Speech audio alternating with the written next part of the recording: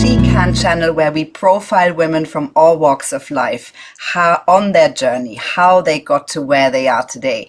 And today I'm really excited to talk to Beth Silvers. Beth, welcome to the WECAN channel. I'm really excited to hear your stories. Thank you, Stephanie. Are co-hosting an incredibly successful podcast called Pantsuit Politics with a friend you met at college. Tell us a little bit more about what you do with this incredibly successful 30 million downloads, 870 episodes in. Tell us a little bit where you are now and how you got there. My friend Sarah was blogging while I was practicing law and then becoming a human resources executive within my firm. I was a little bit lost on my career path, so I was trying different things. Sarah's writing interested me because she would, in one post, talk about motherhood, and in the next post, talk about some geopolitical event. And it felt like the combination of things that I was passionate about and that I cared about, it really met me where I was. So I reached out to Sarah, having not been in touch with her since college, really, except online. And I wrote for her a couple of times, and she eventually invited me to start a podcast with her. I didn't know what a podcast was when she reached out, when she had that idea for us. But I said yes, because I was a little bit lost in my career and because the work she was doing so connected with me. And I just felt ready to take a leap of some kind of faith. And so I did. We started making the show. Pantsuit Politics was a name that she had in mind for a completely different concept, but it was there. And so we just sort of seized the moment and the graphic assets that she had, and started sitting down after we put our babies in bed and after the workday had ended to discuss the day's news. And what I really loved from the beginning is that Sarah's very courageous and she never feels constrained by the way everyone else is doing something. And that led us into really interesting conversations that we couldn't hear anywhere else. So that's what we say now, that we take a different approach to the news. Our intention is to show up as moms and friends and partners and children of parents and citizens of the world and people with law degrees, and kind of bring all of that perspective to what we see happening as we try to make some meaning of it and figure out what the news calls us to in our personal lives. Beth, and you do that so successfully. And the thing that I absolutely love in this day and age where we have such a cancel culture is that you come from differing opinions and you respectfully and gracefully discuss them with each other, right? And it shows your political journey. You are sort of somewhere on the right. So you were a Republican at least, and you then changed with the Trump era to become a Democrat. I would love to know more about that journey. You also wrote a book or co-authored a book.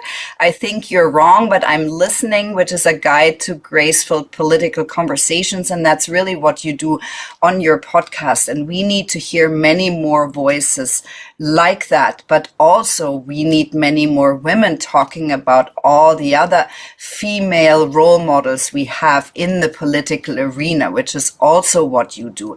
So tell us a little bit more about that journey that you went through to get to where you are today in terms of American politics and where you stand. When we started the show, as kind of an elevator pitch for what we were doing, we introduced ourselves as Sarah from the left and Beth from the right. I tried to say from the beginning that I do not strongly affiliate with groups. It's just not an aspect of my personality to strongly affiliate with groups. Sarah does. And so most of our fundamental differences are differences of personality more than of policy. And that difference shows in our partisan affiliation. So Sarah was a very strong Democrat, very comfortable being Sarah from the left. Beth from the right was always a more awkward fit for me because there were ways in which I aligned with the Republican Party and ways in which I did not. And quickly, when we started the show, the harshest emails that I received came from Republicans who felt that I was not a good representative of their views. And so we really talked through that over a period of years. What does it mean to announce your ideological affiliation? What does it mean when it means something different to you than people hearing that announcement? How can I be really honest with our listeners about where I am? And so now I talk about my affiliation for purposes of voting in primaries. I live in Kentucky where we have closed primaries. So if you want to vote and participate in choosing nominees of the parties, you have to be affiliated with those parties officially. So in 2019, I switched my registration from Republican to Democrat, was very honest about that on the show. I have just a few days ago switched my affiliation back to Republican for the strategic purpose of voting in the presidential primaries next year on the Republican side. I would like to vote against Donald Trump, and that's what I'm going to do. So I try to be more precise with the way that I identify now. I always say, I hope that my party affiliation is the least interesting thing about me. And I think that's been a big part of what I can bring to the show. Where Sarah and I differ, it's always an asset. Our differences always lead us right. They lead us to a better business idea. They lead us to a better editorial calendar. They lead us to a healthier work-life balance. So I try to always lean in when we're seeing something differently because I know I'll learn from it. And I hope that that's the message of our show. So Sarah is a fantastic representative of what it means to affiliate strongly with a party and invest in all the good that a party can do politically. And I hope I'm a good role model for what it looks like to lean out of that structure and ask different questions and try to show up still strongly in your community to make a difference, but through different avenues. Yeah, and I love that, Beth, because it shows the different sides, right? Which is our human journey. We are not all the same, and we also don't want to be defined by certain things. So I'm very grateful for that, for you two being the role models to all the other girls and women who will identify with that. Beth, so what do you think is your main motivator going forwards? You've been incredibly successful. You've released a book together. You release 2 episodes a week. It's a full-time job.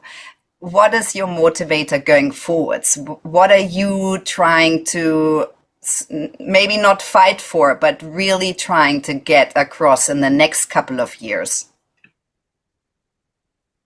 I am motivated by our audience and how important it is to our audience that we just continue to show up and be really honest.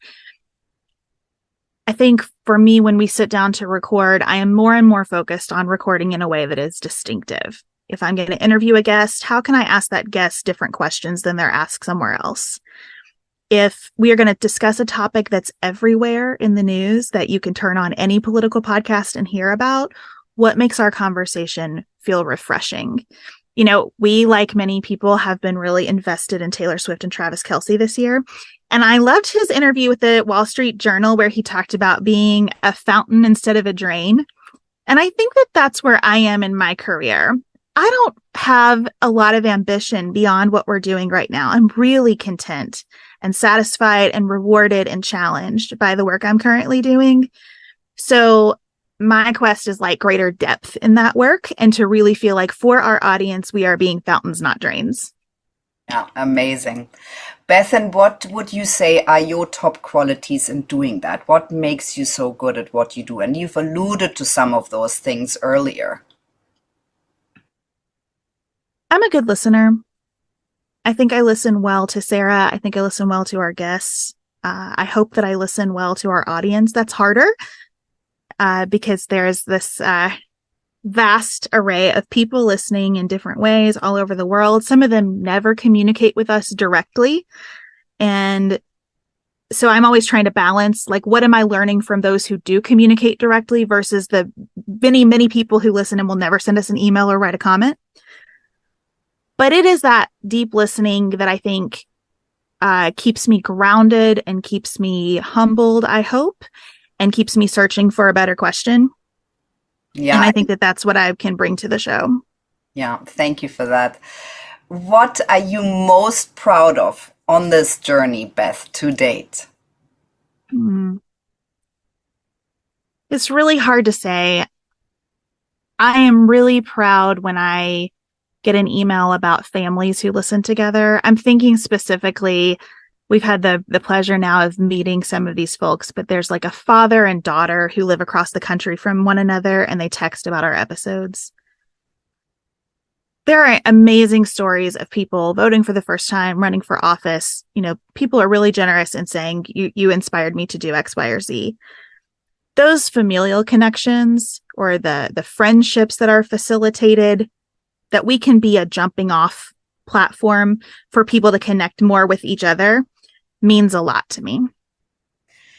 Beth, and what top tips would you give to girls or women anywhere listening on how to deepen their sort of political understanding, their will to vote, their will to show up in this world, understanding that they are a piece of this puzzle and every one of us makes a difference? I think it's really easy to feel that if you're going to make a difference, you have to be, the total package. You have to have everything figured out. You have to have all the different types of skills that make one relevant politically. What I hope that we can get better at doing is recognizing that a democracy needs everybody.